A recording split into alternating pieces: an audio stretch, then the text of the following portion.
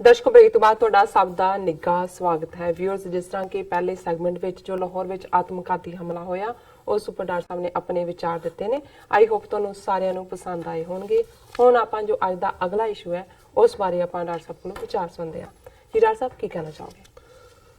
ਦੇਖੋ, ਅਸੀਂ ਕਿਸੇ ਜੋਤਿਸ਼ ਜਾਂ ਨਜ਼ੂਮੀਪੁਣੇ 'ਚ ਤਾਂ ਯਕੀਨ ਨਹੀਂ ਰੱਖਦੇ ਜੀ, ਕਿਉਂਕਿ ਅਸੀਂ ਜਿਹੜੇ ਰੱਬ ਦੇ ਹੁਕਮ ਦੇ ਵਿੱਚ ਜਿਉਣ ਵਾਲੇ ਲੋਕ ਹਾਂ, ਬਿਲਕੁਲ, ਜਾਂ ਸਾਡਾ ਈਮਾਨ ਹੈ, ਸਾਡਾ ਫੇਥ ਹੈ, ਉਹਦੇ 'ਚ ਜੋ ਬੀਤਿਆ ਸੋ ਬੀਤਿਆ, ਜੋ ਆਏਗਾ ਸੋ ਆਏਗਾ, ਜੋ ਹੋਇਆ ਉਹ ਵੀ ਭਲਾ ਸੀ, ਜੋ ਹੋ ਰਿਹਾ ਉਹ ਵੀ ਭਲਾ ਹੈ, ਜੋ ਹੋਏਗਾ ਉਹ ਵੀ ਭਲਾ ਹੋਏਗਾ। ਅਸੀਂ ਇਸ 'ਚ ਯਕੀਨ ਰੱਖਦੇ। ਪਰ ਸਿਆਸੀ ਤੌਰ ਤੇ ਬਹੁਤ ਵਾਰ ਤੁਸੀਂ ਜਿਹੜੀਆਂ ਤਬਦੀਲੀਆਂ ਦੇਖ ਰਹੇ ਹੁੰਦੇ ਹੋ ਉਹਦੇ 'ਚ ਤੁਸੀਂ ਦੇਖਦੇ ਹੋ ਕਿ ਕਿਸ ਡਾਇਰੈਕਸ਼ਨ 'ਚ ਚੀਜ਼ਾਂ ਜਾ ਰਹੀਆਂ ਨੇ, ਤੇ ਉਹਦੇ 'ਚ ਜਿਹੜੀ ਤੁਸੀਂ ਕੋਈ ਪ੍ਰੈਡਿਕਸ਼ਨ, ਉਹਨੂੰ ਪੇਸ਼ੀਨ ਗੋਈ ਵੀ ਕਿਹਾ ਜਾ ਸਕਦਾ ਹੈ, ਪਰ ਪੇਸ਼ੀਨ ਗੋਈ ਨਾਲੋਂ ਮੈਂ ਸਮਝਦਾ ਵੀ ਇਹ ਤੁਹਾਡੀ ਥੋੜਾ ਜਿਹਾ ਸਿਆਸੀ ਤੌਰ ਦੇ ਉੱਤੇ ਸਿਆਣਪ ਨਾ ਵੀ ਲਫ਼ਜ਼ ਕਿਹਾ ਜਾਏ, ਜਦੋਂ ਤੁਸੀਂ ਕਿਸੇ ਚੀਜ਼ ਦੇ ਵਿੱਚ ਵਿਚਰਦੇ ਹੋ ਤੇ ਤੁਹਾਨੂੰ ਆਈਡੀਆ ਹੁੰਦਾ ਹੈ ਵੀ ਇਹ ਕਿਸ ਡਾਇਰੈਕਸ਼ਨ ਦੇ ਵਿੱਚ ਗੱਲ ਜਾ ਰਹੀ। ਜਦੋਂ ਆਲ ਆਫ ਏ ਸਡਨ ਇਹ ਖਬਰ ਆਈ ਕਿ ਜੀ ਰਿਪਬਲਿਕ ਡੇ ਦੇ ਮੌਕੇ ਪ੍ਰੈਜ਼ੀਡੈਂਟ ਨੇ ਜਿਹੜੇ ਅਵਾਰਡ, ਸਿਵਲੀਅਨ ਅਵਾਰਡ ਦਿੱਤੇ ਜਾਂਦੇ ਨੇ, ਉਹਨਾਂ ਦੇ ਵਿੱਚ ਸੁਖਦੇਵ ਸਿੰਘ ਢੀਂਡਸਾ ਜਿਹੜਾ ਅਕਾਲੀ ਦਲ ਦਾ ਮੈਂਬਰ ਪਾਰਲੀਮੈਂਟ ਹੈ, ਉਹਨੂੰ ਪਦਮ ਭੂਸ਼ਣ ਦਾ ਅਵਾਰਡ ਦਿੱਤਾ। ਔਰ ਜਿਹੜਾ HS ਫੂਲਕਾ, ਜਿਹੜਾ ਸਿੱਖ ਵਕੀਲ ਜਿਹਨੇ ਨਵੰਬਰ 84 ਦੇ ਕੇਸਾਂ ਨੂੰ ਕਾਫੀ ਬੋਲਡਲੀ ਸਾਰੇ ਪੀਰੀਅਡ ਦੇ ਵਿੱਚ ਲੜਿਆ, ਉਹਨੂੰ ਪਦਮ ਸ਼੍ਰੀ ਦਾ ਅਵਾਰਡ ਦਿੱਤਾ। ਸੋ ਜ਼ਾਹਰ ਹੈ ਵੀ ਇਸ ਗੱਲ ਦਾ ਬਹੁਤ ਸਾਰੇ ਹਲਕਿਆਂ ਦੇ ਵਿੱਚ ਸਰਪ੍ਰਾਈਜ਼ ਵੀ ਹੋਇਆ, ਕਿਉਂਕਿ ਫੂਲਕੇ ਬਾਰੇ ਇੰਨਾ ਤਾਂ ਸੀ ਕਿ ਵੀ ਇਹ ਥੋੜਾ ਜਿਹਾ ਰੂਲਿੰਗ ਐਲੀਟ BJP ਦੇ ਨੇੜੇ ਹੈ।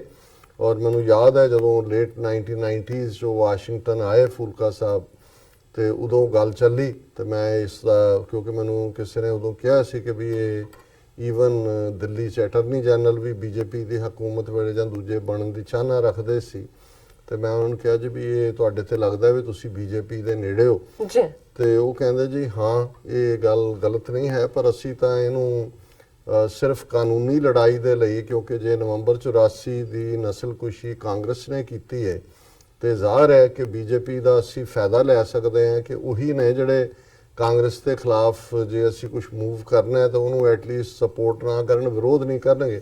ਜੇ ਕਾਂਗਰਸੀ ਹਕੂਮਤ ਹੈ ਉਹਦਾ ਤਾਂ ਹੋਣਾ ਨਹੀਂ। ਇਹ ਗੱਲ ਠੀਕ ਵੀ ਸੀ ਆਰਗੂਮੈਂਟ, ਪਰ ਗੱਲ ਸਿਰਫ ਇੱਥੋਂ ਤੱਕ ਮਹਿਦੂਦ ਨਹੀਂ ਸੀ। ਜਦੋਂ ਫਿਰ ਕਿਸੇ ਦੇ ਪੋਲੀਟੀਕਲ ਐਂਬੀਸ਼ਨ ਵਧਣੇ ਸ਼ੁਰੂ ਹੁੰਦੇ ਨੇ ਤੇ ਜਿਹੜੀਆਂ ਪਾਵਰਸ ਇਨ ਕੰਟਰੋਲ ਹੁੰਦੀਆਂ ਨੇ, ਜਿਹੜੀਆਂ ਦੇਖਦੀਆਂ ਨੇ ਕਿ ਕਿਸ ਨੂੰ ਕਿੱਥੇ ਰੱਖਣਾ, ਸੋ ਮੈਨੂੰ ਇਹਦੇ 'ਚ ਕੋਈ ਸ਼ੱਕ ਨਹੀਂ ਸੀ। ਹਾਲਾਂ HS ਫੂਲਕਾ ਉਹ ਪਹਿਲਾਂ ਜਿਹੜਾ ਉਹ ਬਾਦਲਾਂ ਦੇ ਨਾਲ ਵੀ ਸਾਂਝਬਾਜ਼ ਰਹੀ, ਕਿਉਂਕਿ BJP ਦੇ ਨਾਲ ਜ਼ਾਹਰ ਹੈ ਉਹਨਾਂ ਦੀ ਵੀ ਨੇੜਤਾ ਸੀ। ਫਿਰ ਕਿਸ ਮੁੱਦੇ ਤੇ ਕੀ ਹੋਇਆ, ਔਰ ਬਾਦਲਾਂ ਨੇ ਪਰਮਜੀਤ ਸਿੰਘ ਸਰਨੇ ਹੋਰਾਂ ਦੇ ਖਿਲਾਫ ਵੀ ਇਸਤੇਮਾਲ ਕੀਤਾ ਫੂਲਕੇ ਨੂੰ, ਅਕਾਲ ਤਖਤ ਤੇ ਆ ਕੇ ਵੀ ਪਤਾ ਨਹੀਂ ਕੀ ਸੀਗਾ, ਲੇਕਿਨ ਉਹ ਵਿਰੋਧ ਲਾਈਨ ਰੱਖੀ। ਔਰ ਲੇਕਿਨ ਫੂਲਕੇ ਨੂੰ ਇਹ ਲੱਗਾ ਕਿ ਵੀ ਅਕਾਲੀਆਂ 'ਚ ਵੀ ਜਦੋਂ ਤੁਹਾਡੇ ਇੱਕ ਵਾਰੀ ਐਂਬੀਸ਼ਨ ਵੱਧ ਜਾਂਦਾ ਵੀ ਉਹ ਪੂਰਾ ਨਹੀਂ ਹੁੰਦਾ। ਹੁਣ ਕੇਜਰੀਵਾਲ ਦੇ ਨੇੜੇ ਸੀ ਸਾਰੇ ਪੀਰੀਅਡ ਦੇ ਵਿੱਚ, ਫਿਰ ਆਮ ਆਦਮੀ ਪਾਰਟੀ 'ਚੋਂ ਆਏ, MP ਦੀ ਚੋਣ ਲੜੀ ਲੁਧਿਆਣੇ 'ਚ 2014 ਵੇਲੇ, ਉਹਦੇ 'ਚ ਚੰਗੀਆਂ ਵੋਟਾਂ 2-2.5 ਲੱਖ ਲੈ ਗਏ, ਲੇਕਿਨ ਡਿਫੀਟ ਹੋਈ। ਫਿਰ MLA ਬਣ ਗਏ, ਔਰ ਜਿੰਨੇ, ਕਿਉਂਕਿ ਆਮ ਆਦਮੀ ਪਾਰਟੀ ਜਿਹੜੀ ਹੈ ਉਹ ਉਹਨਾਂ ਦੇ 20 ਆਪਣੇ MLA ਬਣੇ, 2 ਜਿਹੜੇ ਸੀ ਉਹਨਾਂ ਦੇ ਸਪੋਰਟਿਵ ਬਣੇ। ਸੋ ਆਪੋਜੀਸ਼ਨ ਦੇ ਉਹ ਲੀਡਰ ਵੀ ਬਣ ਗਏ ਜਿਹਦਾ ਸਟੇਟਸ ਮਿਨਿਸਟਰ ਦੇ ਲੈਵਲ ਦਾ ਹੁੰਦਾ। ਲੇਕਿਨ ਪੰਜਾਬ ਇਹ ਵੀ ਜਿਹੜੇ ਲੋਕ ਸਪਸ਼ਟ ਸਟੈਂਡ ਲੈਣ 'ਚ ਯਕੀਨ ਨਹੀਂ ਰੱਖਦੇ ਜਾਂ ਥੋੜੀ ਬਹੁਤ ਹੌਬਨੌਬਿੰਗ ਸਮਝਦੇ ਨੇ, ਉਹਨਾਂ ਨੂੰ ਜਦੋਂ ਕੋਈ ਲਾਈਨ ਖਿੱਚੀ ਵਾਲਾ ਮੌਕਾ ਆ ਜਾਂਦਾ ਉਹ ਫਿਰ ਰਹਿੰਦੇ ਨੇ, ਉੱਥੋਂ ਦੂਰ ਰਹਿੰਦੇ ਨੇ। ਹੌਲੀ ਫੂਲਕਾ ਸਾਹਿਬ ਨੇ ਬਹਾਨਾ ਕਰਕੇ ਕਿ ਜੀ ਮੈਨੂੰ ਉਹ ਬਾਰ ਕੌਂਸਲ ਵਾਲਿਆਂ ਨੇ ਕਿਹਾ ਕਿ ਜੇ ਮੈਂ ਪੋਲੀਟੀਕਲ ਲਾਭ ਦਾ ਅਹੁਦਾ ਲੈਣਾ ਹੈ, ਆਪੋਜੀਸ਼ਨ ਲੀਡਰ ਹੈ ਜਾਂ MLA ਹੈ, ਤੇ ਫਿਰ ਮੈਂ ਕੇਸ ਨਹੀਂ ਲੜ ਸਕਦਾ। ਉਹ ਪਹਿਲਾਂ ਇੱਥੋਂ ਉਹਨਾਂ ਨੇ ਲੀਡਰ ਆਫ ਦਾ ਆਪੋਜੀਸ਼ਨ ਤੋਂ ਰਿਜ਼ਾਈਨ ਕੀਤਾ, ਦਿੱਲੀ ਚਲੇ ਗਏ।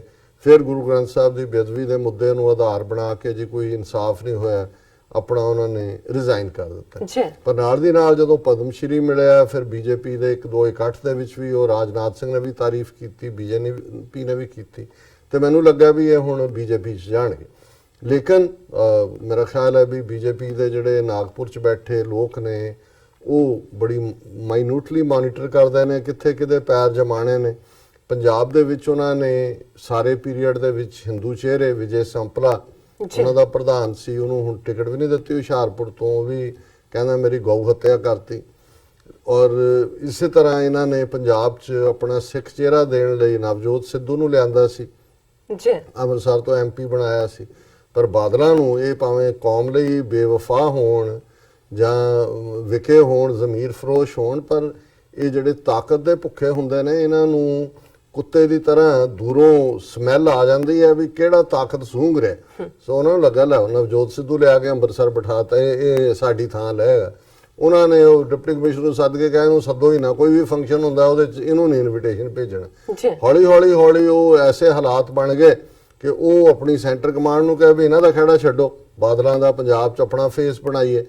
ਉਹਨਾਂ ਨੂੰ ਸੀ ਵੀ ਅਜੇ ਬਾਦਲਾਂ ਦੇ ਥੱਲੇ ਬਹੁਤ ਕੁਛ ਹੈ, ਸਿੱਖ ਕੌਮ ਨੂੰ ਕੰਟਰੋਲ ਇਹਨਾਂ ਰਾਹੀਂ ਕੀਤਾ ਹੋਇਆ। ਉਹ ਥੋੜਾ ਬੇਸਬਰਾ ਜਿਹਾ, ਉਹਦੀ ਘਰ ਵਾਲੀ ਉਹਦੇ ਤੋਂ ਵੀ ਬੇਸਬਰੀ। ਸੋ ਉਹਨਾਂ ਨੇ ਛੱਡ ਛਡਾ ਕੇ ਆਮ ਆਦਮੀ ਪਾਰਟੀ ਦੇ ਨਾਲ ਸੌਦੇਬਾਜ਼ੀ ਕੀਤੀ ਜੀ, ਚੀਫ ਮਿਨਿਸਟਰੀ ਦਿਓ। ਉਹਨੇ ਵੀ ਕਿਹਾ ਕੇਜਰੀਵਾਲ ਆਪ ਚੀਫ ਮਿਨਿਸਟਰੀ ਦੀ ਅਚਕਨ ਤੇ ਉਹਨੇ ਉਹ ਧੋਤੀ ਸਵਾਈ ਹੋਈ ਸੀ, ਟੋਪੀ ਵੀ ਗਾਂਧੀ ਨਵੀਂ ਸਿਲਕ ਦੀ, ਖੱਦਰ ਦੀ ਨਹੀਂ, ਪੰਜਾਬ 'ਚ ਤਾਂ ਸਿਲਕ ਹੀ ਪਾਉਣਾ ਸੀ। ਉਹਨੇ ਕਿਹਾ ਵੀ ਤੁਹਾਨੂੰ ਡਿਪਟੀ ਲੈ ਲੈਣੇ, ਉਹਨੇ ਕਿਹਾ ਵੀ ਨਹੀਂ। ਫਿਰ ਉਹਦੇ ਕੋਲ ਹੁਣ ਕੋਈ ਆਪਸ਼ਨ ਨਹੀਂ ਸੀ, ਕਾਂਗਰਸ ਗਿਆ, MLA ਬਣ ਗਿਆ, ਮਿਨਿਸਟਰ ਹੈ, ਹੁਣ ਰਾਹੁਲ ਦੇ ਨੇੜੇ ਆ, ਬਹੁਤ ਗੁਣ ਗਾਉਂਦਾ ਰਾਹੁਲ ਬਾਬਾ ਕਰਦਾ।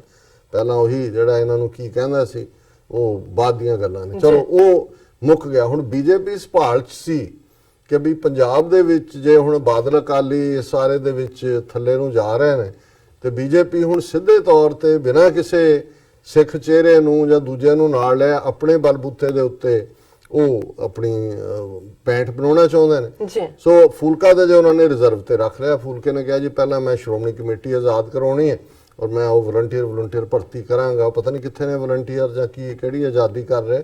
ਪਰ ਹਾਲ ਦੀ ਘੜੀ ਹੁਣ ਢੀਂਡਸਾ ਕੇਸਰੀ ਪੱਗ ਬਨ ਕੇ ਸੀਨੀਅਰ ਮੋਸਟ ਬੰਦਾ, MP ਵੀ ਰਿਹਾ, ਹੁਣ ਵੀ ਸਿਟਿੰਗ MP ਹੈ ਰਾਜ ਸਭਾ ਤੋਂ, ਸੰਗਰੂਰ ਤੋਂ MP ਰਿਹਾ। ਉਹਨੇ ਐਨ ਪਹਿਲਾਂ ਤਾਂ ਉਹਨੇ ਬੁੱਢੇ ਵਾਲਾ ਡਰਾਮਾ ਕੀਤਾ, ਮੇਰਾ ਲੱਕ ਦੁਖਦਾ ਹੈ, ਮੇਰਾ ਢਿੱਡ ਦੁਖਦਾ ਹੈ, ਮੇਰੀ ਲੱਤ ਦੁਖਦੀ ਹੈ, ਮੇਰਾ ਗੁੱਟ ਦੁਖਦਾ ਹੈ, ਮੇਰੀ ਅੱਡੀ ਦੁਖਦੀ ਹੈ, ਮੈਂ ਤਾਂ ਹਿੱਲ ਨਹੀਂ ਸਕਦਾ। ਉਹ ਸਾਰੇ ਨੂੰ ਕਰਕੇ ਉਹਨੇ ਜਿਹੜਾ ਇਸ ਕਿਸਮ ਦੇ ਡਾਪਰ ਹੈ, ਇੱਕਦਮ ਜਦੋਂ ਪਦਮ ਭੂਸ਼ਣ ਮਿਲਿਆ ਸਭ ਦੀਆਂ ਅੱਖਾਂ ਹੋ ਗਈਆਂ ਵੀ ਉਹ ਬਾਦਲ ਦਾ ਬਚੂੰਗੜਾ ਜਿਹੜਾ ਹੈ ਸੁਖਬੀਰ, ਉਹ ਤਰਲੇ ਕਰਦਾ ਵੀ ਸਾਡੇ ਪਿਓ ਨੂੰ ਦੇ ਦਿਓ ਕੁਛ, ਜਾਣ ਲੱਗੇ ਮਰਨ ਤੋਂ ਪਹਿਲੇ ਕੋਈ ਨਾ ਕੋਈ ਨਹੀਂ ਨਾ। ਉਹਨੂੰ ਉਹ ਤਾਂ ਭਾਰਤ ਰਤਨ ਮੰਗਦਾ, ਚਲੋ ਭਾਰਤ ਰਤਨ ਨਾਲ ਨੰਬਰ 2 ਵਾਲਾ ਹੀ ਦੇ ਦਿਓ ਵੀ। ਇਹ ਕਿੱਥੋਂ ਕੱਢ ਲਿਆ ਉਹਨਾਂ ਨੇ ਢੀਂਡਸਾ। ਪਰ ਉਦੋਂ ਹੀ ਸਾਨੂੰ ਖੁੜ ਗਿਆ ਸੀ ਕਿ ਇਹ ਜਿਹੜਾ ਪੰਜਾਬ 'ਚ BJP ਨੇ ਹੁਣ ਆਪਣਾ ਲਾਂਚ ਕਰਨਾ ਹੈ, ਉਹਦੇ 'ਚ ਫਰੰਟ ਫੇਸ ਢੀਂਡਸਾ ਹੋਏਗਾ, ਉਹਦੇ ਨਾਲ ਫਿਰ ਇਹ ਫੂਲਕਾ ਵੀ ਹੋਏਗਾ, ਤੇ ਇੱਕੋ ਲੁਧਿਆਣੇ ਵਾਲੇ ਬੈਂਸ ਜਿਹੜੇ ਅੱਜ ਭਾਵੇਂ ਖਹਿਰੇ ਦੇ ਨਾਲ ਨੇ, ਇਹ ਵੀ ਪੂਰੀ ਹਿੰਦੂਤਵਾਦੀ ਲਾਈਨ, ਹਿੰਦੂ ਅੱਤਵਾਦ ਦੇ ਐਡਵੋਕੇਟ ਨੇ। ਔਰ ਜਦੋਂ ਲਾਸਟ ਪ੍ਰੈਜ਼ੀਡੈਂਟ ਕੋਵਿੰਦਾ ਦੀ VOTING ਹੋਈ ਸੀ ਤੇ ਆਜ਼ਾਦ ਦੇ ਤੌਰ ਤੇ ਇਹਨਾਂ ਨੇ ਕੋਵਿੰਦਾ BJP ਦੇ ਕੈਂਡੀਡੇਟ ਨੂੰ ਵੀ ਵੋਟ ਪਾਈ ਸੀ। ਸੋ ਬਹੁਤਿਆਂ ਨੂੰ ਲੱਗਦਾ ਜੀ ਦੇਖੋ ਬੜੇ ਰੀਡ ਕੰਮ ਹੈ ਕਿ ਇਹ BJP ਦੇ ਮੂਲ ਨੇ, ਹਿਡਨ ਮੂਲ ਨੇ, ਇਹ ਬਾਹਰ ਆਣਗੇ। ਸੋ ਢੀਂਡਸਾ ਤਾਂ ਆ ਗਿਆ। ਹੁਣ ਇੱਕ ਨਾਲ ਇਹਨਾਂ ਦੇ ਦਲਾਲ ਹੈ ਵੱਡਾ, ਤਰਲੋਚਨ ਸਿੰਘ ਉਹਦਾ ਨਾਮ ਹੈ। ਜਦੋਂ ਜ਼ੈਲ ਸਿੰਘ ਚੀਫ ਮਿਨਿਸਟਰ ਹੁੰਦਾ ਸੀ ਪੰਜਾਬ ਦਾ, ਉਹਦਾ ਇਹ ਪਬਲਿਕ ਰਿਲੇਸ਼ਨ ਆਫੀਸਰ ਸੀ। ਪਰ ਕੱਲਾ ਪਬਲਿਕ ਰਿਲੇਸ਼ਨ ਆਫੀਸਰ ਨਹੀਂ ਸੀ, ਜ਼ੈਲ ਸਿੰਘ ਇੱਕ ਬਦ ਅਖਲਾਕ ਆਦਮੀ ਵੀ ਸੀ।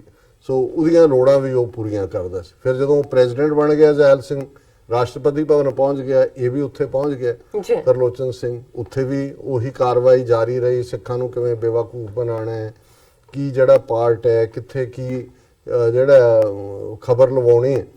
ਫਿਰ ਜ਼ੈਲ ਸਿੰਘ ਨੇ ਅੱਖਾਂ ਮੀਟ ਲਈਆਂ, ਇਹਨੇ ਵੀ ਦੇਖਿਆ ਚਾਰ ਚਫੇਰੇ, ਇਹ BJP ਵੱਲ ਝੁਕਿਆ, ਅਕਾਲੀਆਂ ਵੱਲ ਜਿਹੜਾ ਬਾਦਲਕਿਆਂ ਵੱਲ ਦੇਖਿਆ। ਹਰਿਆਣੇ 'ਚੋਂ ਮੈਂਬਰ ਪਾਰਲੀਮੈਂਟ ਬਣ ਗਿਆ ਰਾਜ ਸਭਾ ਦਾ, ਲੋਕ ਦਲ ਦੀ ਮਦਦ ਨਾਲ BJP, ਔਰ ਦੂਜੇ ਮਾਈਨੋਰਟੀ ਕਮਿਸ਼ਨ ਦਾ ਚੇਅਰਮੈਨ ਬਣ ਗਿਆ। ਦੂਜੇ ਤੇ ਅੱਜ ਕੱਲ ਜਿਹੜਾ ਹੈ ਉਹ ਨੌਕਰੀ ਨਹੀਂ ਸੀ। ਹੁਣ ਜਿਹੜਾ ਔਰ ਤੀਜਾ ਜਿਹਦਾ ਜ਼ਿਕਰ ਅਸੀਂ ਅਕਸਰ ਕਰਦੇ ਹਾਂ, ਮਨਜਿੰਦਰ ਸਰਸਾ। ਹੁਣ 3 ਵੱਡੀਆਂ ਗੁਰਦੁਆਰਾ ਕਮੇਟੀਆਂ BJP ਦੇ ਸਿੱਧੇ ਕੰਟਰੋਲ 'ਚ ਨੇ। ਮਹਾਰਾਸ਼ਟਰ 'ਚ ਉਹਨਾਂ ਦੀ ਪਹਿਲਾਂ ਹੀ ਸੀ, ਬਿਹਾਰ ਦੇ ਵਿੱਚ। ਔਰ ਮਨਜਿੰਦਰ ਸਰਸਾ ਜਿਹੜਾ ਮਨਜੀਤ ਜੀਕੇ ਤੋਂ ਬਾਅਦ, ਜਿਹੜਾ ਮਨਜੀਤ ਜੀਕੇ ਇੱਥੇ ਛਾਤੀ ਉਹ ਕਹਿੰਦਾ ਸੀ ਵੀ ਮੋਦੀ ਦੀ 56 ਇੰਚ ਦੀ ਹੈ, ਮੇਰੀ 76 ਇੰਚ ਦੀ ਹੈ। ਨਹੀਂ ਮੁੜ ਕੇ ਵਿਚਾਰਾ ਉਹ ਯੂਬਾ ਸਿਟੀ 'ਚ ਥੱਲੇ ਲੰਮਾ ਪਿਆ ਹੀ ਚੀਕਾਂ ਮਾਰੀ ਜਾਏ, ਬਚਾ ਲਓ। ਹਾਲਾਂ ਉਹਨੂੰ ਕਹਿ ਵੀ ਕੁਛ ਨਹੀਂ ਸੀ ਰਿਹਾ, ਉਹ ਆਪੇ ਚੀਕਾਂ ਮਾਰੀ ਗਿਆ। ਹੁਣ ਉਹਨੂੰ ਪਾਸੇ ਕਰਕੇ ਮਨਜਿੰਦਰ ਸਿਰਸਾ ਦਿੱਲੀ ਕਮੇਟੀ ਦਾ ਪ੍ਰਧਾਨ ਬਣ ਗਿਆ, ਜੀ ਬੀਜੇਪੀ ਦਾ ਸਿਟਿੰਗ ਐਮਐਲਏ ਹੈ, ਵਾਈਫ ਇਹਦੀ ਕਾਉਂਸਲਰ ਹੈ। ਹੁਣ ਜਿਹੜੀ ਗੱਲ ਮੈਂ ਅਸਲੀ ਕਰਨ ਵਾਲਾ ਕਿ ਬੀਜੇਪੀ ਨੇ ਆਲਰੇਡੀ ਜਿਹੜੀ 2022 ਦੇ ਵਿੱਚ ਪੰਜਾਬ ਦੇ ਵਿੱਚ ਚੋਣਾਂ ਲੜੀਆਂ ਜਾਣੀਆਂ ਨੇ, ਉਹਨਾਂ ਲਈ ਉਹਨਾਂ ਨੇ ਆਪਣੀ ਲਾਂਚ ਕਰ ਦਿੱਤਾ ਹੈ, ਜਿਹਦੇ 'ਚ ਆਉਣ ਵਾਲੇ ਦਿਨਾਂ 'ਚ ਭਾਵੇਂ ਇਸ ਪ੍ਰੈਸ ਕਾਨਫਰੰਸ 'ਚ ਢੀਂਡਸਾ ਹੈ, ਤਰਲੋਚਨ ਸਿੰਘ ਦਲਾਲ ਹੈ ਔਰ ਮਨਜਿੰਦਰ ਸਿਰਸਾ ਜਿਹੜਾ ਇਹਨਾਂ ਦਾ ਬੀਜੇਪੀ ਦਾ, ਹੁਣ ਮੈਂ ਲਫ਼ਜ਼ ਕੀ ਕਵਾਂ, ਫਿਰ ਬਾਰ-ਬਾਰ ਕਹਿਣਾ ਪੈਂਦਾ ਹੈ, ਉਹ ਵਿਚਾਰੇ ਦੀ ਬੇਇੱਜ਼ਤੀ, ਕੁੱਤਾ ਵੀ ਬੇਇੱਜ਼ਤੀ ਮਹਿਸੂਸ ਕਰਦਾ ਹੈ ਜੀ। ਔਰ ਇਹ ਖਬਰ ਜਿਹੜੀ ਅੱਜ ਸਾਰੇ 'ਚ ਚੱਲੀ ਹੈ, ਕਿਉਂਕਿ ਇਹ ਪ੍ਰੈਸ ਕਾਨਫਰੰਸ ਪੰਜਾਬ 'ਚ ਨਹੀਂ ਕੀਤੀ, ਦਿੱਲੀ 'ਚ ਹੋਈ। ਢੀਂਡਸੇ ਨੇ ਜਦੋਂ ਇਹ ਡਰਾਮੇਬਾਜ਼ੀ ਕੀਤੀ, ਬਾਦਲ ਕਿਆਂ ਨੂੰ ਲੱਗਾ ਕਿ ਵੀ ਜੇ ਹੁਣ ਪਿਓ ਹੱਥੋਂ ਨਿਕਲ ਰਿਹਾ ਵੀ ਚਲੋ ਮੁੰਡਾ ਹੀ ਕਾਬੂ ਕਰ ਲਈਏ, ਉਹਨਾਂ ਨੇ ਉਹਦੇ ਮੁੰਡੇ ਪਰਮਿੰਦਰ ਢੀਂਡਸੇ ਨੂੰ ਸੰਗਰੂਰ ਤੋਂ ਐਮਪੀ ਦੀ ਟਿਕਟ ਦੇ ਦਿੱਤੀ। ਹੁਣ ਇਹ ਜਿਹੜਾ ਢੀਂਡਸਾ ਪਹਿਲਾਂ ਕਹਿੰਦਾ ਜੀ ਮੈਂ ਬੜਾ ਸਮਝਾਇਆ ਮੁੰਡੇ ਨੂੰ, ਪਰ ਹੁਣ ਸਮਝਦਾਰ ਹੈ, ਉਹਦੀ ਮਰਜ਼ੀ ਹੈ, ਆਪ ਜੋ ਮਰਜ਼ੀ ਕਰੇ। ਫਿਰ ਹੁਣ ਉਹਨੂੰ ਪੁੱਛਿਆ ਜੀ ਤੁਸੀਂ ਚੋਣ ਪ੍ਰਚਾਰ, ਮੇਰੀ ਕਹਿੰਦਾ ਸਿਹਤ ਜਰਾ ਢਿੱਲੀ ਹੈ, ਵੈਸੇ ਸਾਰੀ ਫੈਮਿਲੀ ਕਰ ਰਹੀ ਹੈ ਪ੍ਰਚਾਰ। ਔਰ ਉਹ ਸੋ ਇੱਧਰ ਵੀ ਉਹਨੇ ਆਪਣੀ ਲੱਤ ਰੱਖ ਲਈ ਤਾਂ ਕਿ ਉਹ ਤਾਂ ਜਦੋਂ ਮਰਜ਼ੀ ਪਿਓ ਪੁੱਤ ਕੋਈ ਥਾਲੀ 'ਚ ਖਾਣ ਵਾਲੇ ਹੁੰਦੇ ਨੇ, ਉਹਨਾਂ ਦਾ ਉਹ ਹੋਏਗਾ ਹੀ।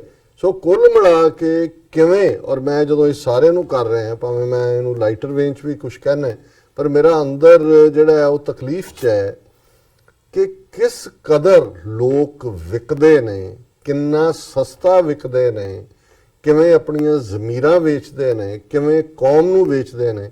ਮੈਨੂੰ ਇਹ ਕਈ ਵਾਰੀ ਫਿਨੋਮੀਨਾ ਸਮਝ ਨਹੀਂ ਸੀ ਆਉਂਦਾ ਕਿ ਵੀ ਉਹ ਜਹਾਂਗੀਰ ਦਾ ਪੀਰੀਅਡ ਹੋਏ, ਲਖਪਤ ਦਾ ਹੋਏ, ਜਾਂ ਉਹ ਦੂਜੇ 'ਚ ਵੀ ਇਹ ਚੰਦੂ ਜਾਂ ਸੁੱਚਾਨੰਦ ਜਾਂ ਗੰਗੂ ਬਾਹਮਣ ਜਾਂ ਲੱਖੂ ਜੱਸੂ, ਲਖਪਤ ਜਸਪਤ, ਇਹ ਸਾਰੇ ਕਿਵੇਂ ਆਪਣੇ ਲੋਕਾਂ ਨੂੰ ਮਰਵਾਉਣ ਦੇ ਲਈ ਵੇਲੇ ਦੇ ਹਾਕਮਾਂ ਦੇ ਨਾਲ, ਕੋਈ ਉਹਨਾਂ ਦਾ ਵਜ਼ੀਰ ਬਣਿਆ ਹੋਇਆ ਸੀ, ਕੋਈ ਦੂਜਾ, ਇਹਨਾਂ ਨੂੰ ਨਜ਼ਰ ਨਹੀਂ ਸੀ ਆਉਂਦਾ ਕਿ ਵੀ ਇਹ ਗੁਰੂ ਅਰਜਨ ਸਾਹਿਬ ਨੂੰ ਸ਼ਹੀਦ ਕਰ ਰਹੇ ਨੇ, ਛੋਟੇ ਸਾਹਿਬਜ਼ਾਦੇ ਨਹੀਂ ਅੱਜ ਚਿਣੇ ਜਾ ਰਹੇ ਨੇ, ਮਾਤਾ ਗੁਜਰੀ ਨੂੰ ਸ਼ਹੀਦ ਕਰ ਰਹੇ ਨੇ, ਵੀ ਇਹ ਮੱਥੇ ਤੇ ਇਹਨਾਂ ਦੇ ਤਿਲਕ ਲੱਗੇ ਹੋਏ, ਦੂਜੇ ਉਹਨਾਂ ਨੂੰ ਵੀ ਸੀ। ਲੇਕਿਨ ਹੁਣ ਜਦੋਂ ਮੈਂ ਇਹ ਜਿਨ੍ਹਾਂ ਦੇ ਸਿਰਾਂ ਤੇ ਪੱਗਾਂ ਦਾੜੇ ਖੁੱਲੇ ਛੱਡੇ ਹੋਏ, ਕਈਆਂ ਦੇ ਉੱਤੋਂ ਦੀ ਕਿਰਪਾਨ ਵੀ ਪਾ ਕੇ ਆ ਜਾਣਗੇ ਦੱਸਣ ਦੇ ਲਈ ਕਿ ਜੀ ਅਸੀਂ ਬਿਲਕੁਲ, ਸਾਡਾ ਤਾਂ ਇਹ ਹੈ। ਹੁਣ ਇਹਨਾਂ ਨੇ ਪ੍ਰੈਸ ਕਾਨਫਰੰਸ ਕਰਕੇ ਜਿਹੜੀ ਗੱਲ ਕਹੀ, ਉਹਦੇ 'ਚ 5-6 ਨੁਕਤੇ ਜਿਹੜੇ ਕਿ ਸਿੱਖਾਂ ਨੂੰ ਵੇਚਣ ਲਈ ਨੇ। ਦੇਖੋ ਬੀਜੇਪੀ ਨੇ ਕੀ ਸਿੱਖਾਂ ਲਈ ਨਹੀਂ ਕੀਤਾ। Dhindsa, Tarlochan Singh, Sirsa urge people to vote for BJP, say only Modi can give a strong government। ਜੀ ਹੁਣ ਪੰਜਾਬ 'ਚ ਤਾਂ ਬਾਅਦ 'ਚ ਆਉਣਗੇ, ਪਹਿਲਾਂ ਦਿੱਲੀ ਤੋਂ ਇਹਨਾਂ ਨੇ ਸ਼ੁਰੂ ਕੀਤਾ ਔਰ ਉਹਦੇ 'ਚ ਇਹ ਮੈਂ ਇਹਨਾਂ ਦੀ ਦੱਸ ਹੀ ਦਿੱਤੀ ਹੈ ਵੀ ਕਿਹਦੀ ਕਿਹਦੀ ਕੀ ਸ਼ਨਾਖਤ ਹੈ।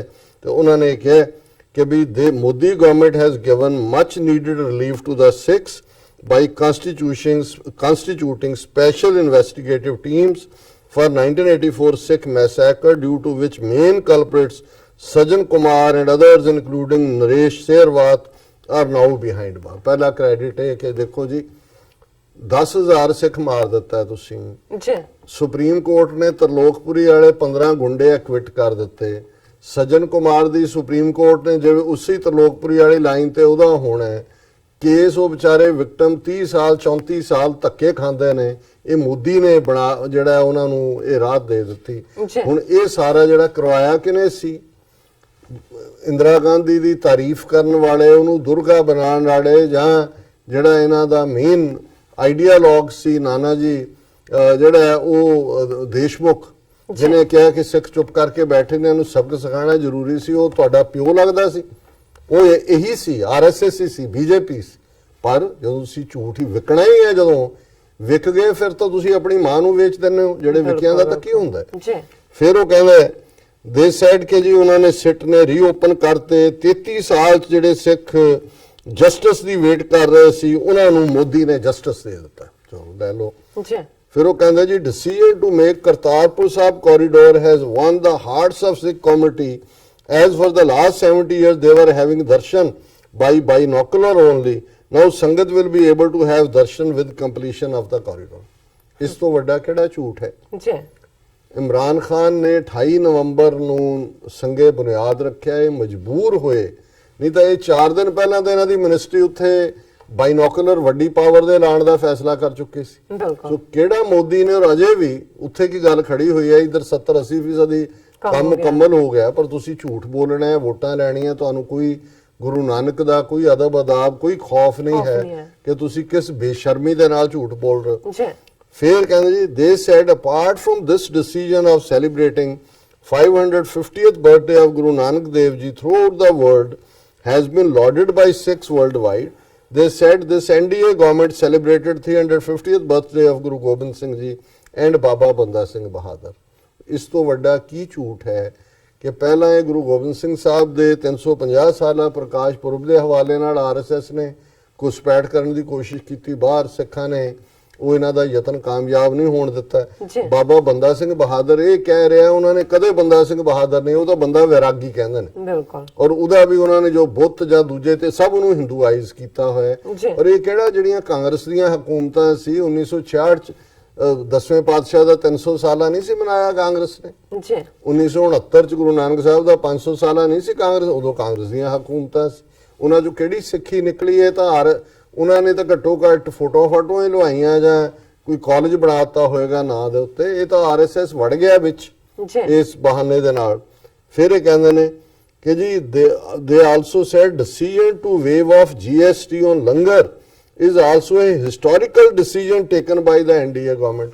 ਪਹਿਲੀ ਗੱਲ ਤਾਂ GST ਹਟਾਇਆ ਹੀ ਨਹੀਂ ਹੈ, ਫਿਰ GST ਲਾਇਆ ਕਿਨੇ ਸੀ? GST ਕੋਈ ਰੱਬ ਦਾ ਕਾਨੂੰਨ ਹੈ ਜਿਹੜਾ ਮੋਦੀ ਨੇ ਆ ਕੇ ਉਹਨੂੰ ਤੋੜਿਆ? ਅੱਜ ਵੀ GST ਦਿੰਦੇ ਨੇ, ਫਿਰ ਇਹਨਾਂ ਦੇ ਬੰਦੇ ਜਾ ਕੇ ਖਲੋ ਕੇ ਉਹਦੇ ਚੋਂ ਮਾਫੀ ਮੰਗਣਗੇ ਕਿ ਇੰਨਾ ਕਿ ਵੀ ਇੰਨਾ ਸਾਨੂੰ ਕਨਸੈਸ਼ਨ ਦਿਓ। ਸੋ ਲੰਗਰ ਦੇ ਉੱਤੇ GST ਲਾਣਾ ਹੀ ਜਿਹੜਾ ਹੈ ਗੁਰੂ ਰਾਮਦਾਸ ਦੇ ਉਸ ਦਰਬਾਰ ਔਰ ਉਸ ਸਾਰੇ ਦੀ ਤੋਹੀਨ ਸੀ ਤੇ ਇਹ ਉਹਨੂੰ ਕਹਿ ਰਹੇ ਨੇ ਹਿਸਟੋਰੀਕਲ ਡਿਸੀਜਨ। ਤੁਸੀਂ ਜਦੋਂ ਝੂਠ ਹੀ ਬੋਲਣਾ ਹੈ ਫਿਰ ਉਹਨਾਂ ਨੇ ਹੁਣ ਜਿਹੜਾ ਇਸ ਤੋਂ ਵੀ ਵੱਡਾ ਝੂਠ ਜਿਹੜਾ ਬਾਹਰਲੇ ਸਿੱਖਾਂ ਨਾਲ ਸੰਬੰਧਿਤ ਹੈ, they said abolishing blacklist is a very big decision for which Sikhs were struggling since a long time. They said with the implementation of this decision, Sikhs settled abroad on asylum basis can now visit their homes. ਕਿ ਜੀ ਬਾਹਰਲੇ ਸਿੱਖਾਂ ਦੀਆਂ black ਲਿਸਟਾਂ ਖਤਮ ਕਰਤੀਆਂ, ਜੀ ਹੁਣ ਜਿਹੜੇ ਬਾਹਰ ਅਸਾਈਲਮ ਵਾਲੇ ਸਿੱਖ ਬੈਠੇ ਨੇ ਉਹ ਆਪਣੇ ਘਰ ਆ ਸਕਦੇ ਨੇ। ਦੇਖੋ ਜੀ ਤਾਂ ਕਰਦਾ ਵੈਸੇ ਕਿ ਵੀ ਇਦਾਂ ਦਿਆਂ ਨੂੰ ਜਿਵੇਂ ਹੁੰਦਾ ਸੀ ਨਾ ਕਿ ਵੀ ਇਹ ਕਈ ਵਾਰੀ ਹੁਕਮ ਹੁੰਦੇ ਸੀ ਵੀ ਜਿੱਥੇ ਦੇਖੋ ਉੱਥੋਂ ਹੀ ਰੱਸੇ ਨਾਲ ਬੰਨ ਕੇ ਘੜੀਸਦੇ ਲੈ ਕੇ ਆਓ, ਅੱਧੇ ਮਰ ਜਾਂਦੇ ਸੀ ਰਾਹ ਚ ਆਉਂਦੇ ਵੀ ਜੀ ਤਾਂ ਕਰਦਾ ਵੀ ਇਹ ਜਿਹੜਾ ਬਾਹਰਲੇ ਸਿੱਖਾਂ ਦੇ ਹਵਾਲੇ ਨਾਲ ਕਹਿ ਰਹੇ ਨੇ ਕੋਈ ਇਸ ਕਿਸਮ ਦਾ ਇਨਸਟਰੂਮੈਂਟ ਹੋਏ ਵੀ ਇਹਨਾਂ ਨੂੰ ਲੈਂਡ ਰਾਊਟ ਰਾਹੀਂ ਘੜੀਸਦੇ ਆ, ਪਹਿਲਾਂ Wagah border Pakistan Afghanistan turkey America ਤੱਕ ਪਹੁੰਚਣ ਲਈ ਫਿਰ ਕਿਤੇ ਨਾ ਕਿਤੇ ਇਹਨਾਂ ਨੂੰ ਜਹਾਜ਼ ਬਿਠਾਣਾ ਪੈਣਾ, ਇਹਨਾਂ ਨੂੰ ਘੜੀਸਦਿਆਂ ਲਿਆ ਕੇ ਇੱਥੇ ਚੌਂਕ 'ਚ ਖੜਾ ਕਰਕੇ ਗੋਲੀ ਮਾਰ ਦੇਣੀ ਚਾਹੀਦੀ। ਨਹੀਂ ਉਹ ਤਾਂ ਨਹੀਂ ਅਸੀਂ ਕਹਿੰਦੇ, ਉਹ ਤਾਂ ਜਦੋਂ ਘੜੀਸਿਆ ਜਾਣਾ ਇਹਨਾਂ ਦਾ ਫਿਰ ਉਹ ਜਿਵੇਂ ਉਹ ਤੱਪੇ ਨੂੰ ਘੜੀਸਿਆ ਸੀ ਖਡੂਰ ਸਾਹਿਬ ਦੇ ਵਿੱਚ, ਕਿਤੇ ਫਿਰ ਇਹ ਗਿਆ ਕਿਤੇ ਉਹ ਗਿਆ, ਜੱਟ ਲਈ ਫਿਰਦੇ ਸੀ ਵੀ ਜਿੱਥੇ ਤੱਪਾ ਜਾਏਗਾ ਮੀਂਹ ਪਏਗਾ। ਉਹਨੇ ਗੁਰੂ ਸਾਹਿਬ ਦਾ ਗੁਰੂ ਅੰਗਦ ਦੇਵ ਜੀ ਨੂੰ ਉੱਥੋਂ ਖਡੂਰ ਸਾਹਿਬ ਤੋਂ ਕੱਢਣ 'ਚ ਹੈਲਪ ਕੀਤੀ, ਕਹਿ ਕੇ ਪਿੰਡ ਵਾਲਿਆਂ ਨੂੰ ਕਢਾਇਆ ਸੀ।